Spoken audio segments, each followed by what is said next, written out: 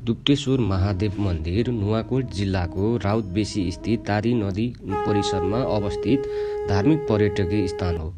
दुर्गम क्षेत्र समेत मानिने यस धार्मिक स्थल दुप्टेश्वर मन्दिर 600 मिटरभन्दा अग्लो चट्टानमा अवस्थित छ। मन्दिरको फेदीमा रहेको तादी नदीबाट बनाइएको घुमाउरो सिँढी हुँदै पालै पालो भक्तजनहरूले पूजा र दर्शनको लागि उक्लिने गरेका छन्। नुवाकोट जिल्लाको प्रसिद्ध धार्मिक स्थान दुप्टेश्वर महादेवलाई पशुपतिनाथको दोस्रो रूप समेत मानिन्छ।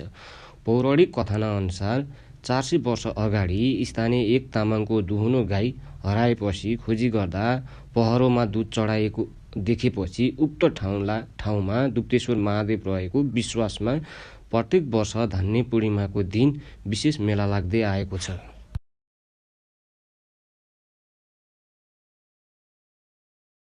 दुप्टेश्वर महादेवको मेलामा काठमाडौँ, धादिङ, रसुवा, सिन्धुपाल्चोक, मकवानपुर, गोरखा, चितवन लगायत देशको विभिन्न ठाउँहरूबाट यहाँ प्रत्येक वर्ष हजारौं दम्पति भक्तजनहरू महादेवसँग सन्तान माग्न पुग्ने गर्दछन्। जिल्ला सदरमुकामदेखि 35 किलोमिटर पूर्वको राउतबेसी स्थित गौचरणमा रहेको मन्दिरमा विशेषतः जोडी जुराउने र सन्तान नहुनेहरू सन्तान माग्न आउने गरेको विश्वास गरिन्छ।